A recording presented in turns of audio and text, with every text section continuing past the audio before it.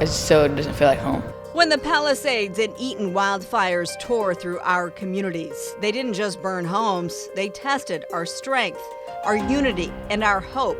But in the months that followed, something powerful began to rise from the ashes. The foundation of the home is what we're working to build, which is the actual family itself. Neighbors helping neighbors, strangers lifting one another up, and a community discovering what it truly means to rebuild. We want to move forward. Tonight, we spotlight their resilience and kindness in the face of catastrophe. Even though this is something of great loss that deeply affected you, think of how strong you really are for being able to endure something like that. As we rebuild back, we're going to build back better. Reminding all of us there is hope after the flames.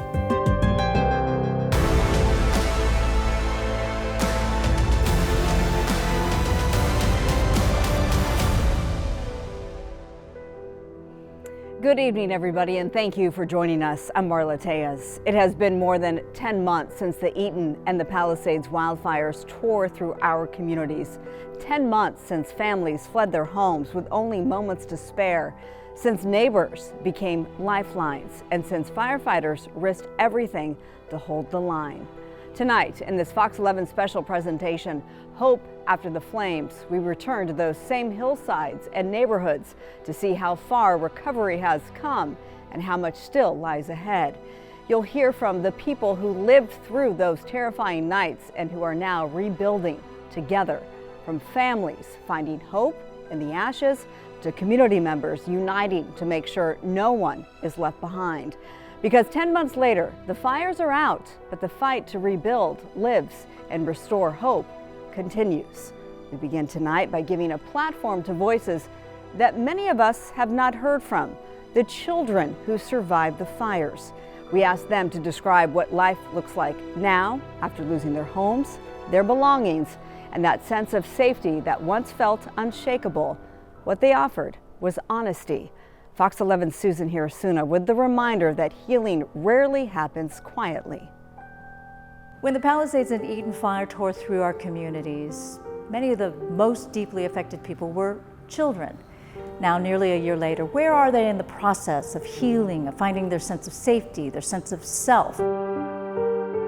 I think a lot about what my parents have been through. To see them hurt so deeply in a way that you never see your parents do because they've gone through all these things for you.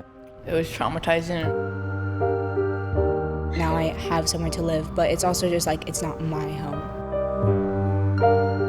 We've had so many people come up to us and say, you're so lucky you get to build your dream house. No, we're not.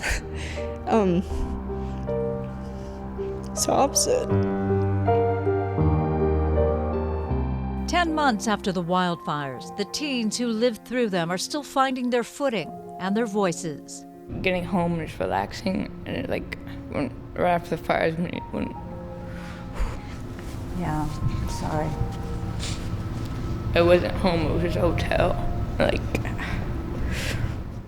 didn't have a lot of things to come from me. Do you have something that got lost that makes you think, oh, if only I could go back in time and save that photo album or what have you?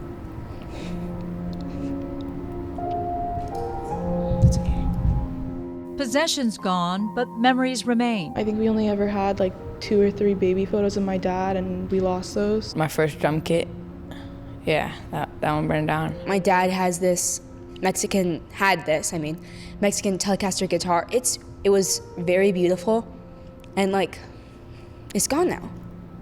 You can't do anything about that. Grief and gratitude intertwined. To know that I wasn't alone and I had people who were like me going through the same thing, that brings you a lot of comfort. Members of Pasadena's Institute for Girls Development say these teens' experiences and candor can help other young fire survivors process and heal. What stood out is how important it was for them to be among their peers. And so I think it's very valuable for us to know and be able to echo back to parents who are, of course, worried about their child and want them to have support. That just brings me so much joy, just being with people who I love and love me. Do you think you're in a more healed spot today than months ago? I am not sure. I think a lot of it is buried. Finding ways to be empowered is so vital for recovery.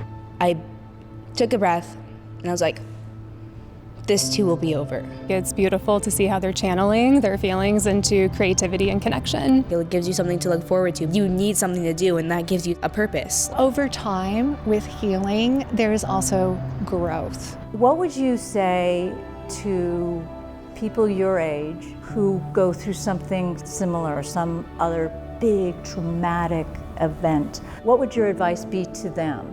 Understand how you're feeling and understand what you can do moving forward. I think that's a really big thing with us. Moving forward, one shared moment at a time. Our lives are so long. And in the end, most experiences are temporary. So if you think about it like that, this hardship will be over. You'll make it through. As you just heard, many of those teens found a way to channel their feelings through music, and that's thanks to a grassroots effort.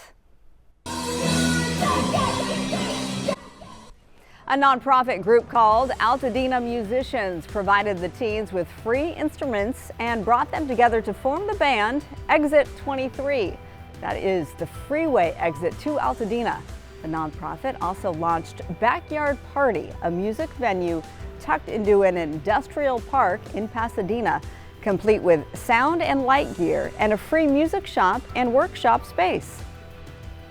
It's been really great because it's helping them to get some normality just by like doing something outside of being, the fire, doing something fun, playing music, connecting with other kids.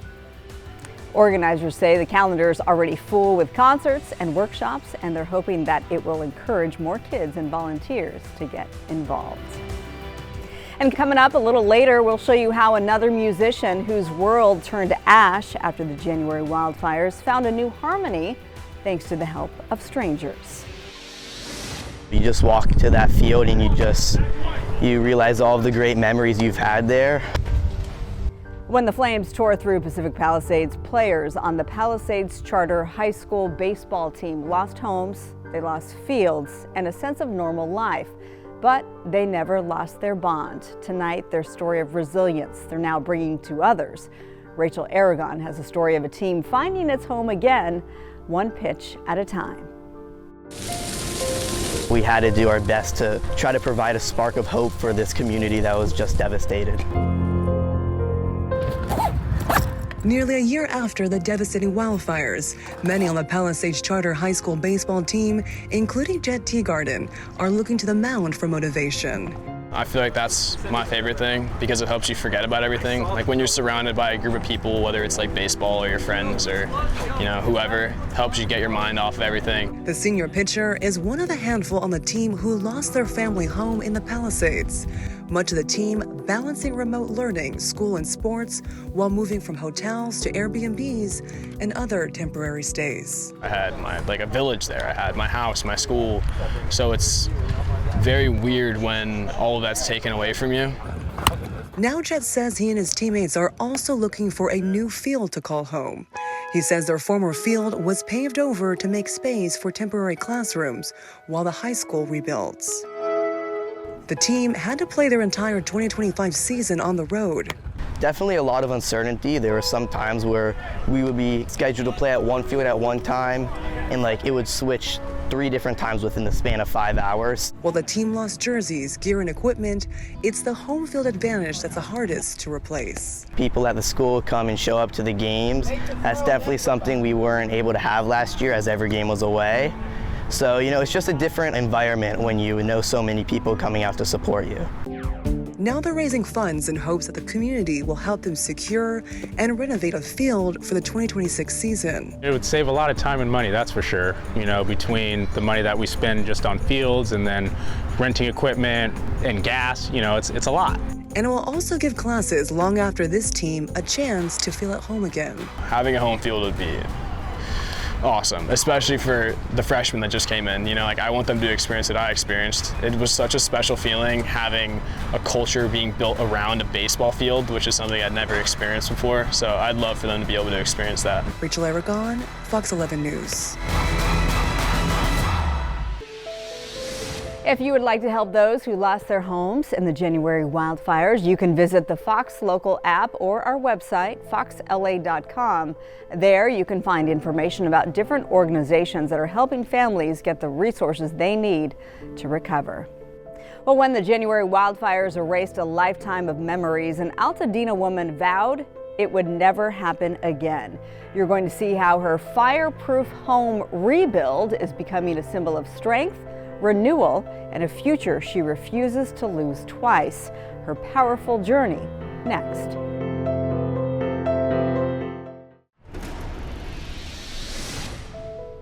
When you lose everything in a fire, the smoke clears long before the pain does. But for one Altadena woman, what rose from the ashes wasn't just a new home. It was a new sense of strength. A century-old house is gone, but in its place, she's building something she hopes no flames can ever take away again. Here's Fox 11's Gina Silva. Here was the old living room, and then this was a 100-year-old house. 100 years of history reduced to ashes when the Eden fire tore through this Altadena neighborhood on January 7th. That night was the worst night of my life. Margot Stuber's home, a 1920s Jane's cottage, didn't stand a chance. This is a fire-prone area, so there is no way to say when the next fire will come out. This time, Margot says she's rebuilding smarter and stronger. Her new home isn't made of wood. It's built from concrete masonry units, or CMU, concrete blocks that are made to resist fire. The CMU is fire-resistant material. When it's grouted, it has a 4-hour fire rating, and so this is providing people not only ways to save their structure, but save lives and save everything inside of it. Zach Stabb with Angela's Block says the push for fire-resistant construction is catching on across California. Builders are swapping wood beams for metal, and they're using pre-measured designs that make the most out of every block, so nothing goes to waste. There's a common misconception that building out with concrete block is more expensive, but we're seeing through these examples of the Altadena rebuild and the Palisades rebuild that that's actually not the truth. So now, not only do we have a material that's gonna fight against fires, it's gonna hold up really well in like seismic events, but we're actually able to save money as well. I thought, well, why not do it all out of block walls? I'm from Argentina, so it's a natural building system for me. Architect and builder Trinidad Campbell designed Margot's new home.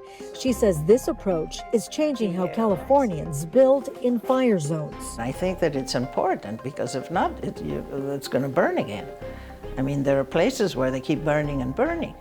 There's somebody who had just finished her house and it burned down. Trinidad says Margot's home will be finished by Christmas, about 8 months after construction began. I know it's hard to change people's minds and they're used to this and you're used to that, but it looks the same once it's finished. It'll have stucco on the outside, it has drywall on the inside, and nobody goes into a house and asks, oh, what's inside the walls? It doesn't matter. For Margot, at least for me, this will be the last fire where I lose everything all at once. Rebuilding her home also means rebuilding her life. I'm more a person who believes in the power of reinventing myself. I move from grieving to the new structure and also to enjoying the new structure. Gina Silva, Fox 11 News. Amid debris and devastation, a serendipitous meeting. Coming up almost a year later, I sit down with this couple who lost their home in the Palisades fire and check in on their road to rebuilding.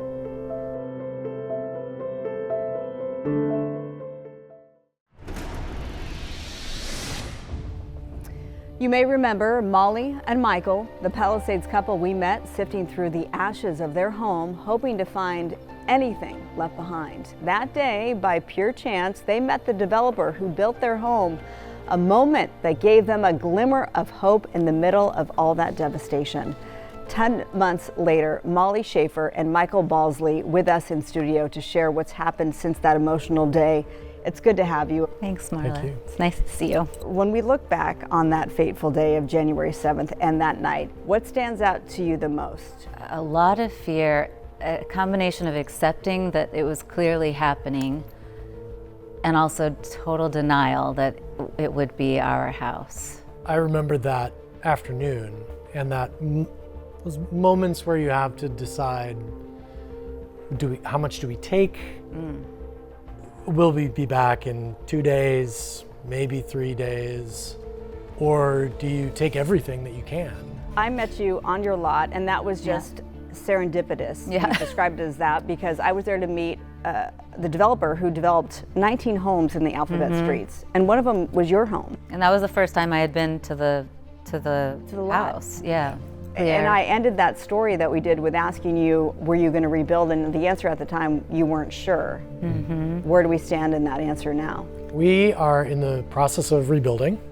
We have plans that we're excited about. But again, the timeline is so unknown. It's hard to go back. And it feels like as soon as I'm there, I want to walk out, see it, and then I want to get back in the car and I want to leave. Yeah. Well, and I know that you've spent some time there, Michael, literally still digging through the rubble, trying to find something in particular, a Christmas village that Santa would give your daughter Kate each year. And you have picked up some of the pieces and you're painstakingly rebuilding that for her. As we were digging through, you found these little odd shards of the village. And so we just put them together. Is that helping you in the healing journey? At the time, in that month afterwards, I think it did. I think it gave me something that I could control. The memory that would last was important. Well, it means a lot for me and us here at Fox 11 for you two to be vulnerable and to share your message, and I think it's really going to help others. And we want to remind you that if you would like to help those who lost their homes in the January wildfires, you can visit the Fox Local app or our website, foxla.com. There you can find information about different organizations that are helping families get the resources they need to recover. For one Altadena musician and his family, the flames took their house and their livelihood.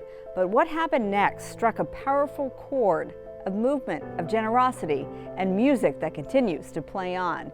Here's Christina Gonzalez with how a community came together to help its artists find their sound again. Playing music on instruments Dan Kalischer thought he'd never replace. Kalischer is a well-known pedal steel guitar player and producer.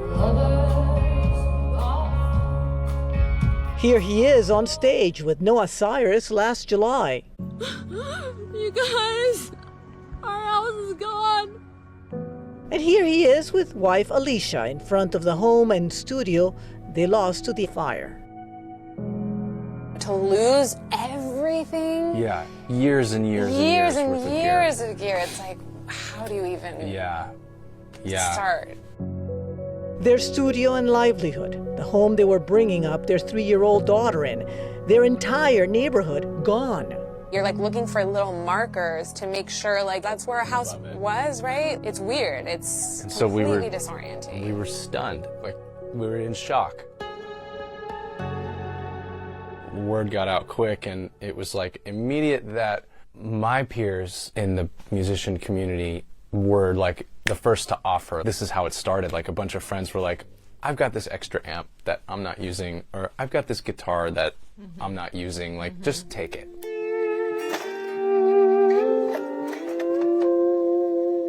This pedal steel guitar, donated by a fellow musician so Kalischer could continue working. It was only the beginning. This came from this guy, this community member who also lost his home, Brandon J. Who started Altadena Musicians. They've been connecting musicians who needed instruments with donors. I needed a lap steel, and so somebody donated this to me. This like really cool Magnetone, like 50s. More donated guitars came in from large companies. I did lose my Gibson 335 in the fire, just like this one. And Gibson Gives, the organization, sent me this. So this was a donation. Fender donated this P-Bass. PRS replaced the first real guitar Kalischer bought when he was 16 years old. For them to send me, like, you know, it's a reborn version, meant a lot. Yep, guitars may be his life. But they had to replace so much more.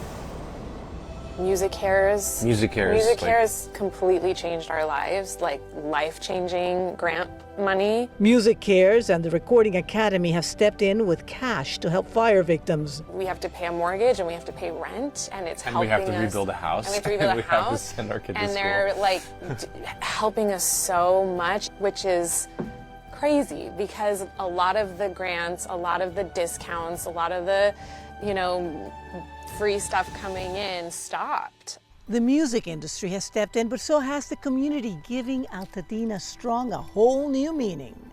Community rebuilt all of our wardrobes, all of our daughters' toys. Help us get back to work. It helped us be able to rent this place.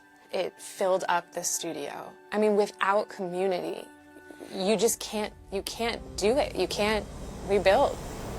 A process they've barely begun, but believing one thing. We live in a city where the stereotype is like everyone's out for themselves and everyone's superficial. But the reality is, like, especially in a community like Altadena, that the opposite is true. In Altadena, I'm Christina Gonzalez, Fox 11 News.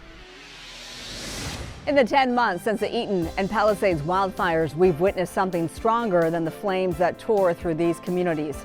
We've seen the unshakable spirit of the people who call them home. Every family, every student we met tonight showed how powerful it is when a community refuses to face darkness alone. Neighbors became family, strangers became lifelines, and together they showed all of us what it truly means to rise from devastation, not alone, but arm in arm. Their resilience, their courage, and their refusal to let hope burn out reminds us that even in the darkest moments, unity is our greatest force. Tonight, we honor their journey and the strength they continue to share with us all. The belief that when we support each other, we emerge not just restored, but transformed. Thank you for joining us for this Fox 11 special, Hope After the Flames. I'm Marla Tejas. Good night.